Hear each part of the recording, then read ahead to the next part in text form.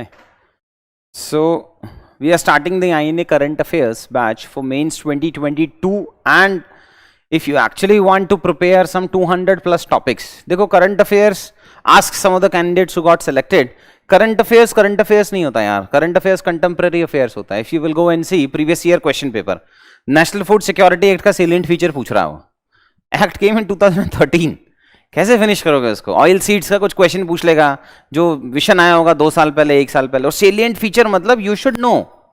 ऐसे बेनिफिट पूछेगा तो we can generate points, but अगर सेलिएंट फीचर्स पूछेगा या गवर्नमेंट इनिशिएटिव्स पूछेगा, we should know the content. बिना कंटेंट जाने अपन लिख नहीं सकते हैं. So for INA means 2022 there will be some 160, 170, 180, 200 के आसपास में टॉपिक्स होंगे. You will get the content. अब समझो रेलवेज है. अब रेलवेज ने प्राइवेटाइज कर दिया है तो न्यूज में आ गया. कंटेक्स्ट नया है बस, बाकी सब सेम है. रेलवेज की प्रॉब्लम आज भी सेम है, 2 साल पहले भी सेम थी, 2 साल बाद भी सेम ही रहेंगी ऑलमोस्ट. डिस्कॉम्स हैं, डिस्कॉम्स की प्रॉब्लम सेम ही थी और सेम ही है. एनर्जी सेक्टर प्रॉब्लम सेम ही थी और सेम ही है. नॉट ओनली दिस, जुडिशरी लगा लो, जुडिशरी की टेक्नोलॉजी की प्रॉब्लम सेम थी, सेम है. वुमेन इन जुडिशरी सेम थी, सेम है. AIJC सेम था, सेम है. कंटेक्स्ट चेंज हो जाएगा कि CGI ने कुछ स्टेटमेंट दे दिया तो उससे रिलेटेड क्वेश्चन पूछ लिया उसने. But current affairs, UPSC current affairs नहीं पूछता है. कंटेक्स्ट नया होता है बट टेक्स्ट ऑलमोस्ट सेम ही रहता है. So we are going to cover at least 24 months का करंट अफेयर्स जो कंटेक्स्ट वाइज करंट है, उसको हम कवर कराएंगे INA में. I get a lot of query कि यार सर ये INA और QEP में डिफरेंस क्या है. एक तो सेपरेट वीडियो बनाऊंगा. QEP में आपको facts, keywords, case studies etcetera and all static component मिलता है. INA में आपको करंट टॉपिक्स मिलते हैं. I will share the video description में the topics which we are going to cover. So जो topic listing आपको मिलेगी and the quality of the notes which we are going to provide. कुछ PPT में है और कुछ आप डाउनलोड कर लेना नीचे वाले कंपोनेंट्स हैं, ठीक है. So INA is going to cover the current affairs part, जो कि almost 25% 30% UPSC पूछ रहा है. अगर पिछले 5 साल में जाएं तो ओनली एक्सेप्शन वाज 2019 जब स्टैटिक का फोकस था. अदरवाइज करंट अफेयर्स से क्वेश्चंस आ रहे हैं. So if you will go to 4 तो छोड़ दो यार, 4 में तो बहुत ज्यादा क्वेश्चंस आते नहीं है. बट 21 में फॉर एग्जांपल 1 में 20%, then 48, 38 on an average we can say 30% of the questions वहां थे अगर 4 को रिमूव करें. Similarly in 2020 only 2019 was exception. उसके अलावा अगर 5 साल में देखेंगे हम तो मिनिमम 1/3 क्वेश्चन पेपर GS 1, 2, 3 का एवरेज करंट अफेयर्स से आ रहा है. अब वो कहां से कवर करना है वो that you need to take a call. कब फिनिश करना है, कैसे फिनिश करना है, etcetera and all. So this is what, except for 2019 in all these years we saw a significant proportion of current affairs questions being asked. GS2, GS3 witnessed the largest number of questions from current and contemporary topics. देखो what we need to do, we need to merge.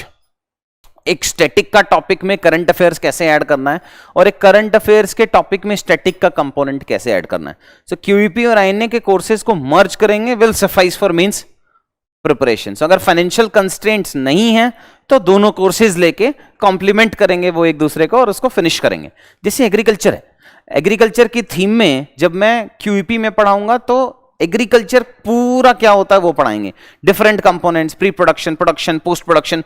Production में different types of production क्या करते हैं, pre production में different issues क्या हैं, challenges क्या हैं, एटसेट्रा. जब करंट अफेयर्स में पढ़ाएंगे तो हो सकता है कोई ऑयल सीड का मिशन आया होगा, उसको कवर कराएंगे हम. So this is how both of them will be complementary to each other. This is what we covered last year, 1991 economic reforms I covered. So this is the topics which we covered in INA 2021. If you remember एक video होगा YouTube पे international relations का, in which I guarantee कि ये जो topic मैं बता रहा हूँ, I think I shared some 15-16 topic, उससे कहा था कि सारा IR आ जाएगा. 4 questions asked, 100% from that particular 16 topics.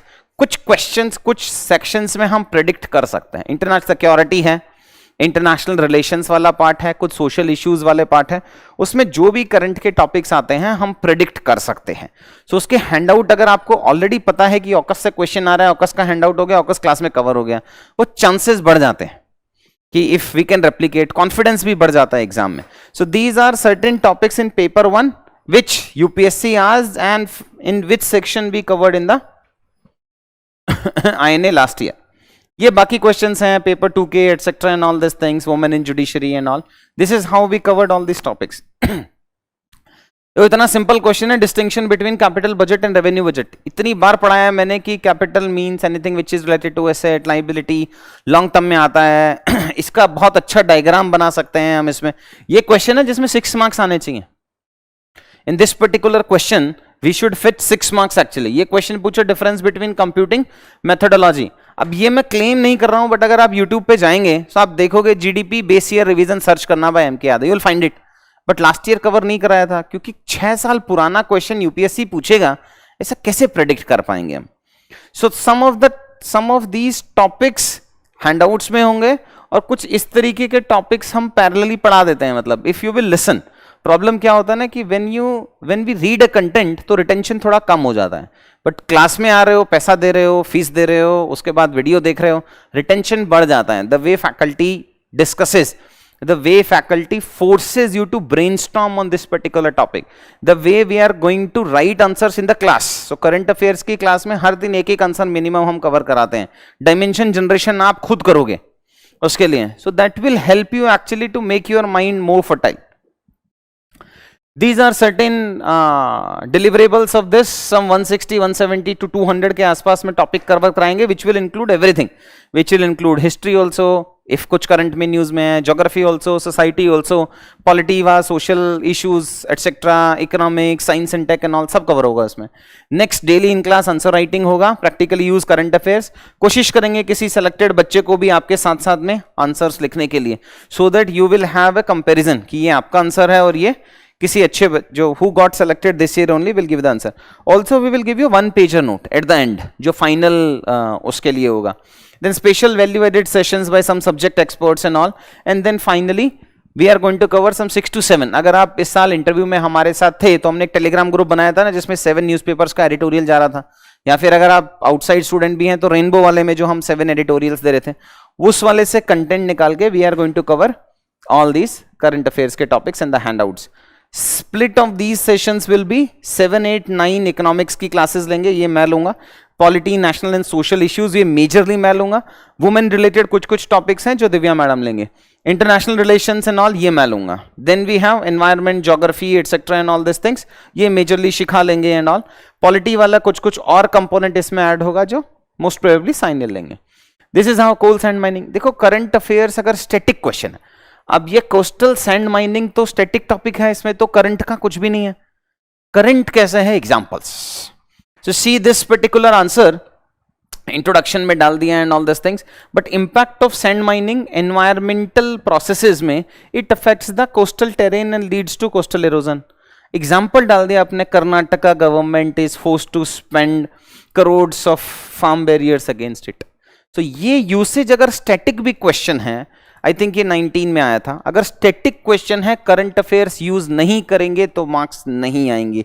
Similarly increases vulnerability, example डाल दिया Kerala floods and 2004 tsunamis. We should know where to use current affairs का कंपोनेंट एज वेल। ऐसा नहीं होता कि करंट अफेयर्स कहीं पे यूज में ही नहीं जा रहा है। गाडगिल कमिटी रिकमेंडेशंस डाल दिया एटसेट्रा। ब्रॉडली हैंडआउट्स ऐसे ऐसे डिवाइडेड होंगे। National mission on edible oils, oil palm से रिलेटेड थोड़ा सा फैक्ट डाल दिया यहाँ पे, रिलेटेड करंट अफेयर्स न्यूज डाल दिया। This is again oil seeds economy in India, certain facts. Scheme आया तो स्कीम की डिटेल्स, की benefits of the schemes and की concerns and the way forward. 2 page में आपको वो टोटल कंटेंट मिल जाएगा, क्लास में कवर करा देंगे, माइक्रो डायग्राम यूज करना सिखा देंगे। अभी भी न्यूज में है ना, मलेशिया ने मना कर दिया इसलिए। So this is how, context नया हो गया, टॉपिक तो सेम ही है यार, पहले से चल रहा है वो। These are the major challenges which are faced by the aspirants, multiplicity of sources है और getting organized and disciplined। पढ़ा तो पढ़ा, 365 पढ़ा नहीं पढ़ा, ड्रॉप कर दिया, इतना लेट आता है वैसे ही चांसेस होते हैं ड्रॉप करने के। 800 पेज कैसे पढ़ेंगे। unnecessary stress and wastage of time also, efforts also, money also। then we have skillful identification and extraction of relevant। देखो यार कंटेंट की कमी है नहीं।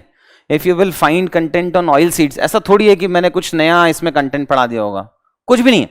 You will find at least 10 other institutes who are providing you the content on oil seeds. But problem क्या है, क्या 2 page में क्वालिटी कंटेंट मिल रहा है या नहीं मिल रहा है? अगर मिल रहा है तो वो ठीक है, वो तो आउटसोर्स करना ही पड़ेगा आपको।